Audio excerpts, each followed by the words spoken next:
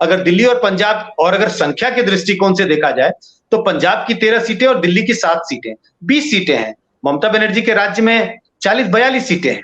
तो अगर नंबर के आधार पर हम देखें तो अरविंद केजरीवाल का फुटप्रिंट उतना बड़ा दिखाई नहीं पड़ता, लेकिन अगर पॉपुलर परसेप्शन के हिसाब से देखें तो निश्चित रूप से अरविंद केजरीवाल इन सब नेताओं से ज्यादा पॉपुलर, और पॉपुलर इस सेंस में कि ये फ्यूचर के नेता दिखाई पड़ रहे हैं लोगों को। इन्हें लग रहा है कि इस पार्टी का जनाधार फैल रहा है और वो स्पष्ट दिखाई पड़ रहा है।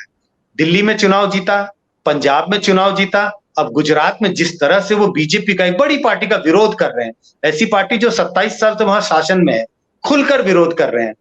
तो अपने राज्य से बाहर निकल के दूसरे राज्य में सरकार बनाना और अब तीसरे राज्य में, चौथे राज्य में पार्टी का एक तरह से जनाधार बढ़ाने का प्रयास कोई दूसरी पार्टी इस तरह से करती हुई दिखाई नहीं पड़ती। इस वजह से जनता के बीच में अरविंद केजरीवाल पॉपुलर दिखाई पड़ते हैं और जनता को ऐसा लगता है कि अगर राष्ट्रीय स्तर पर प्रधानमंत्री मोदी को कोई चैलेंज कर सकता है तो वो अरविंद केजरीवाल है। क्या अरविंद केजरीवाल को विपक्ष अपना नेता मान सकता है? बहुत मुश्किल है, और मुश्किल इस बात से है, लोग ये कह सकते हैं अगर आप दूसरे नेताओं से तुलना करें, एक दिक्कत तो उनकी यही आने वाली है जो कह रहे हैं पार्टी का जनाधार, पार्टी का फुटप्रिंट। आप कितने नेताओं, कितने लोकसभा सीटों को एक तरह से लीड कर रहे हैं, या आपके जिन स्टेट्स में आपकी सरकार है, इस दृष्टिकोण से अरविंद केजरीवाल पीछे छूट जाएंगे। दूसरी बात यह भी है, अगर आप नीतीश कुमार की बात करें, अगर आप ममता बनर्जी की बात करें, तो एक तरह से एक्सपीरियंस का मामला आ सकता है।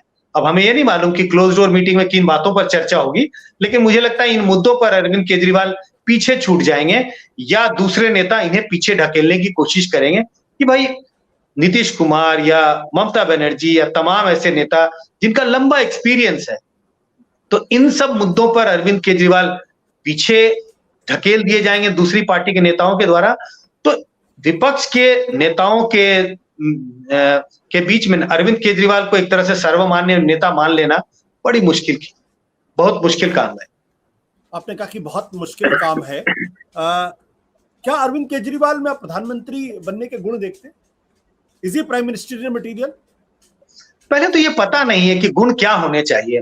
जब हम किसी पद के लिए अप्लाई करते हैं, जब हम किसी नौकरी के लिए अप्लाई करते हैं, वहां पता होता है कि आपके पास ये बेसिक क्वालिफिकेशन होनी चाहिए।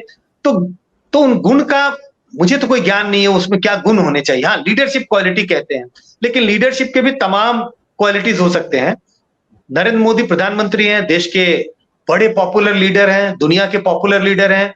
उन्होंने बीजेपी का जिस तरह से प्रचार प्रसार किया है, अगर आप अरविंद केजरीवाल को देखें, आम आदमी पार्टी छोटी पार्टी है, सिर्फ 10 साल हुए हैं, अभी 10 साल भी पूरे नहीं हुए पार्टी के, लेकिन जिस तरह से अरविंद केजरीवाल पार्टी का प्रचार प्रसार कर रहे हैं, तो अगर इस आधार पर देखें तो जरूर गुण दिखाई पड़ते हैं। लेकिन मैं नहीं मानता कि सिर्फ अरविंद केजरीवाल प्रधानमंत्री मोदी के बीच में ही, इन दो ही लोगों के बीच में ये गुण है। ऐसे तमाम नेता हो सकते हैं जिनको अगर इस कुर्सी पर बिठा दें तो उनमें आपको गुण दिखाई पड़ने लगेंगे।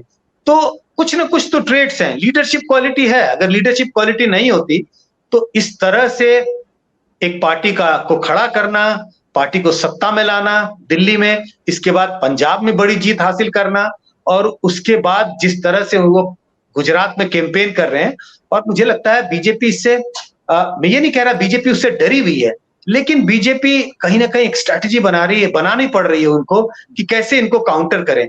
ये अपने आप में बताता है कि कुछ लीडरशिप क्वालिटी है अरविंद केजरीवाल में। और अगर किसी भी नेता को बड़े पद पर बिठाना है या बड़े पद पर अपनी दावेदारी करनी है तो लीडरशिप क्वालिटी तो होनी चाहिए, और ये कहीं ना कहीं तो दिखाई पड़ती है अरविंद केजरीवाल।